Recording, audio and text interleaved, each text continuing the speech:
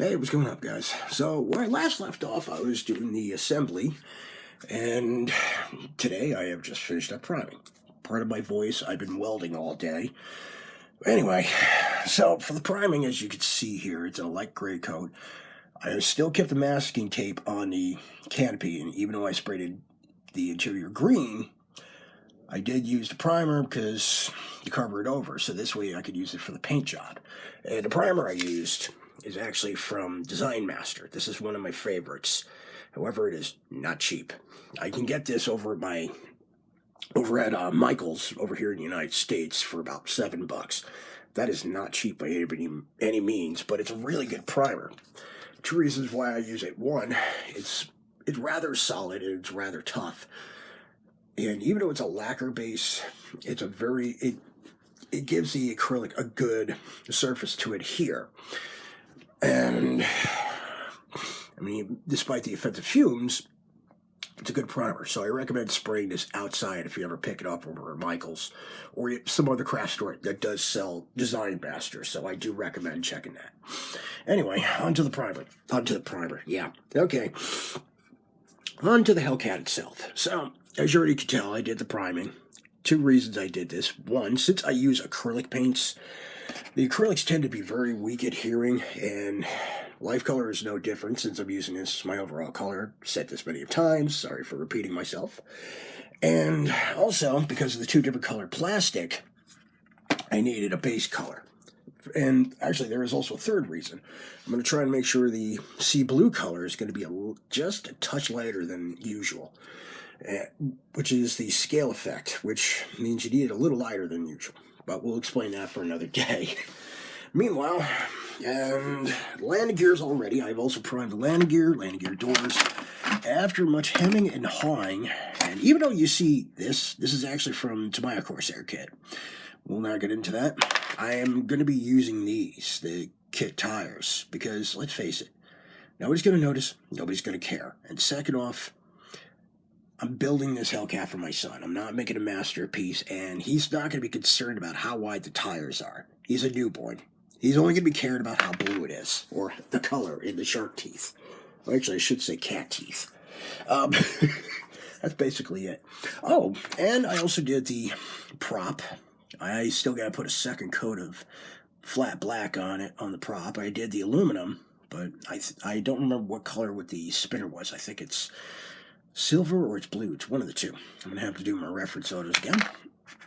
Otherwise, it's in the process of being finished. Eventually, I'll get the tips of the props painted yellow, and then I'll put a gloss coat. This is, matter of fact, this is flat black I'm using. This is life color. This is an acrylic paint that came from overseas. I think Italy. I'm not too sure. It's a really good paint. Great for hand brushing, but I'm still getting the hang of it with the airbrushing. I'm still testing the ratio, and I'm still messing with the color, the application here or there, like for the double action. So single action, I mostly do masking. And you can tell closely, you see little exhaust stubs. I'll be painting those burnt metal. Of course, there's the engine, as usual. Now, I mentioned in the last video that this plane was bigger than I thought. Well, I actually found the Tamiya Corsair. I could do a quick comparison. Check out the mess. Hey, there's my stash. Matter of fact, here is the Tamiya Corsair right here. This is definitely a big bird. I mean, the Corsair, it's not so much big, it's long. Matter of fact, I'll show you in a bit here. Once again. Forgot I'm left-handed, so I'm rather retarded at the moment. Apologize for sounding and there we go. Got the prop on. Like I said, there's Corsair, there's a Hellcat. Hellcat's pretty big. Now, the Corsair is not so much big, it's long. I just quick fit the cowling onto the Corsair, but you could see that Hellcat's pretty big. I thought the Hellcat was smaller. And I knew the Corsair was big, but I didn't realize that. Wow, this thing's gigantic. That gives you an idea. I'll put that back. I'll put this back once all said and done. But this gives you an idea of how big this Hellcat is. I mean, that's a pretty big fighter. I mean, you look at the Zero. It's not one of my, especially the last one I built. It's not so much big. It's just, the Zero really wasn't big at all. Matter of fact, it was pretty small. And after seeing a Hellcat, I'm just thinking to myself, how the hell did this plane take it on zero and win? And then I realized the way it's built, it is Grumman. Grumman's well known for building some rugged aircraft. The 650 caliber machine guns, which provide a lot of firepower, even though they're only half-inch round. They're only half-inch round bullets. Ammo. I shouldn't say bullets. They're half-inch round. I should say cannon shells or something to that extent, but you get the idea. Sorry, I had a brain fart. And also, the Hellcat's pretty well armored, so it could take a beating. And, the Zero itself, on the other hand, it was actually very lightly armored, so you could see why it went down pretty easy as compared to like the Hellcat or a Corsair. You really got to put a lot of bullets in there to take them down.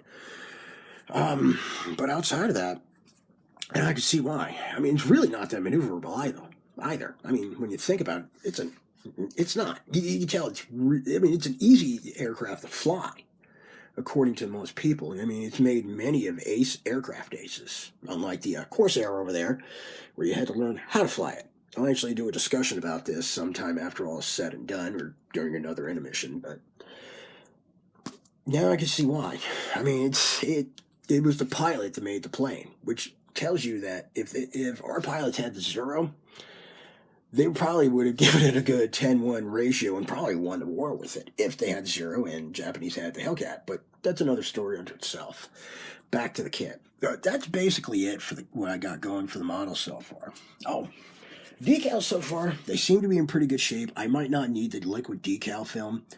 So, I'll do a couple tests with the decals and see how they go.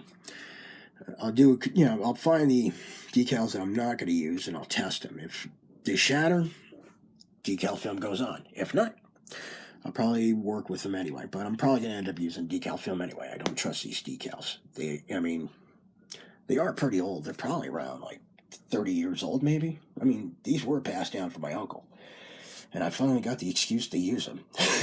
So, it's a good thing. But this is basically all I got for now. I mean, this is the extent of it. I'm probably just going to wrap it up for the evening. Like I usually do. I only go down here at least once a week to work on something. Right now, I can't do anything further anyway. Primer is still curing, and I leave that alone for a good day or two, especially since it's a lacquer-based primer. Now, if it was acrylic, you could just dry it with a touch. Okay, put on another coat. Can't do that with enamel, especially with lacquer, because you can lift the coat up underneath, and if you're not careful, you can eat away the plastic with anything nitrocellulose lacquer based. So we'll worry about that some other time. But this is it. That's all I got for now, kids. So I will talk to you again soon. Happy modeling. Take it easy, and perhaps another intermission. Who knows? Have fun.